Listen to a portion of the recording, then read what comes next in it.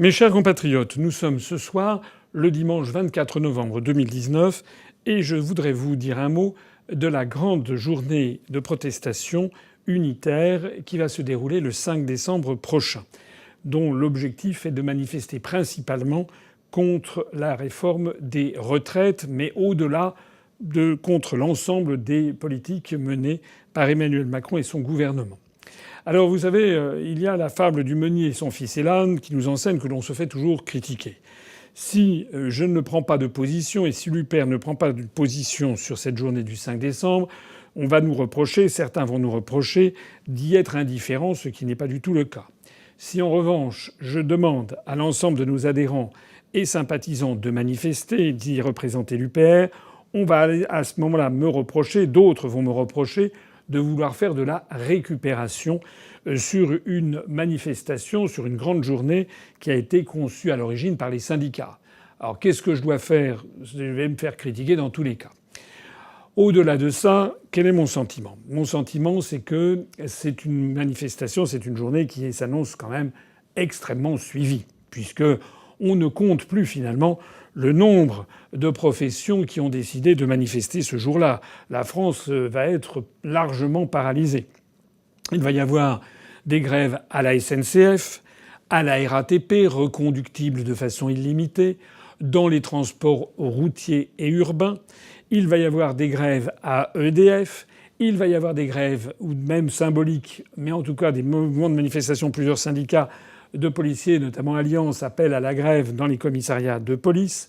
Il va y avoir également un soutien des Gilets jaunes qui ont apporté, dont certaines organisations appellent à manifester. Il va y avoir également la manifestation des services publics, en particulier. Il devrait y avoir des grèves à la Poste.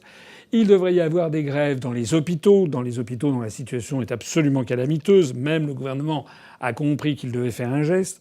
Il va y avoir également des mouvements de grève dans l'enseignement. Il va y avoir des grèves également chez les retraités qui voient leur niveau de vie diminuer. J'en oublie sans doute au passage, tant les informations sont proliférantes sur cette question. Les étudiants également vont appeler à manifester. Alors, vous connaissez l'Union populaire républicaine, nous sommes un mouvement d'opposition ferme et résolu. Nous, notre inclination est d'appeler l'ensemble de nos adhérents, de nos sympathisants et de nos électeurs, du moins ceux qui le souhaitent bien entendu, à se joindre à ce mouvement du 5 décembre. Certains vont dire qu'on fait de la récupération.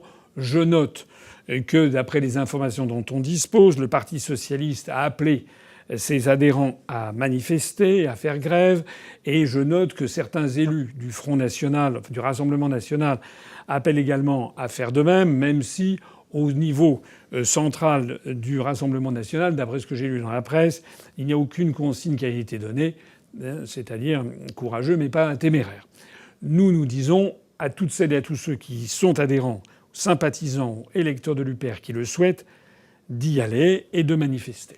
C'est le premier point. Si vous n'êtes pas d'accord, vous n'y allez pas. C'est tout simplement ça.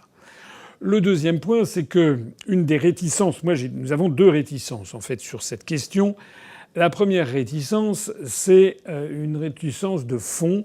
C'est que ces manifestations sont organisées par les grands syndicats, dont la plupart, pas tous, mais dont les plus importants, comme vous le savez, sont membres de la Confédération européenne des syndicats, rémunérés à ce titre. Certaines de leurs structures et certains de leurs agents bénéficient de fonds de formation, notamment financés par la Confédération européenne des syndicats et donc en définitive par la Commission européenne et donc par des fonds européens.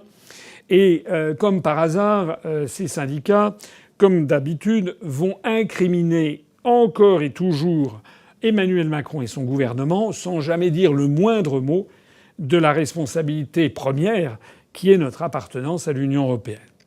C'est la réticence que nous avons à participer à ce genre de manifestation qui ne va pas au fond des choses et qui contribue à entretenir les Français qui manifestent dans l'illusion que le responsable numéro 1 serait M. Macron, le responsable numéro 2 serait M. Philippe.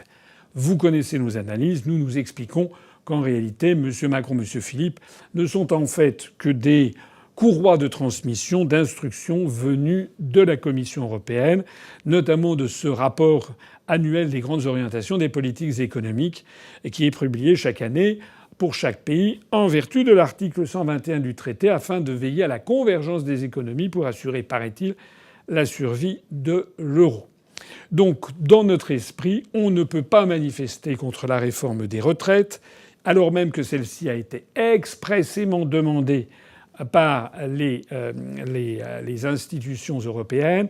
On ne peut pas manifester contre la réforme des retraites sans avertir nos compatriotes de la responsabilité de notre appartenance à l'Union européenne et à la zone euro dans ces décisions qui sont calamiteuses. C'est la raison pour laquelle je demande à toutes celles et à tous ceux membres de l'UPR qui participeront à ces grèves ou qui iront manifester de ne pas oublier, de ne pas mettre le drapeau dans leur poche, mais de ne pas oublier de dire, d'expliquer nos analyses.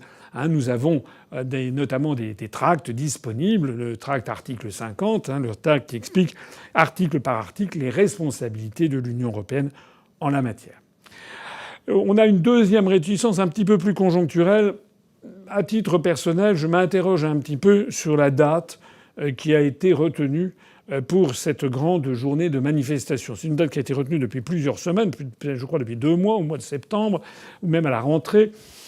Personnellement, je ne suis pas convaincu que cette date du 5 décembre soit la meilleure. Parce qu'au mois de décembre, en général, il fait froid. Donc les gens ont plutôt envie de rentrer chez eux rapidement. C'est le premier point. Donc, comme beaucoup de manifestants vont venir de banlieue, s'ils ont des gros problèmes de transport, ça risque de leur poser des problèmes à l'aller comme au retour. Et il risque notamment d'y avoir des embouteillages phénoménaux, notamment dans la capitale. J'ajoute que c'est également la période de la préparation des fêtes de Noël. Et bien entendu, il est à craindre qu'une grève générale des transports n'ait pour conséquence que de susciter une levée de boucliers chez une partie des Français. Ceux qui trouvent que Macron est très bien, ça existe. Il y a quand même, semble-t-il, une vingtaine de pourcents de Français ou 20-25% de Français qui continuent à trouver que Macron est très bien. Et puis également des familles, des gens qui veulent faire les cadeaux de Noël. Donc si d'aventure cette journée du 5 décembre se prolongeait, il est à craindre que les médias n'entonnent le chant de la protestation des usagers. D'ores et déjà, on voit que le mouvement Les Républicains envisage de demander un service minimum dans les transports au gouvernement. Donc déjà, il y a des gens qui veulent essayer d'enfoncer un coin.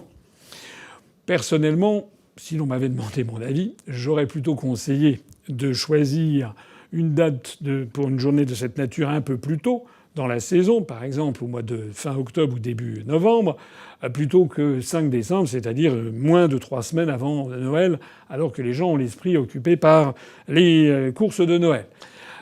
Pour dire des choses comme elles me viennent à l'esprit, je dirais que ça n'est pas en mois de décembre qu'on fait des révolutions. Le mois de décembre, dans l'histoire de France, c'est le 2 décembre, c'est plutôt le mois des coups d'État. C'est le couronnement de Napoléon Ier, et puis c'est également le coup d'État de Napoléon III. On me dira, les amateurs d'histoire me diront que le 2 décembre, c'est aussi Austerlitz. Donc, et acceptons-en l'augure. Mais en général, les grands mouvements sociaux, les mouvements qui aboutissent à la fin d'un gouvernement, c'est plutôt au printemps.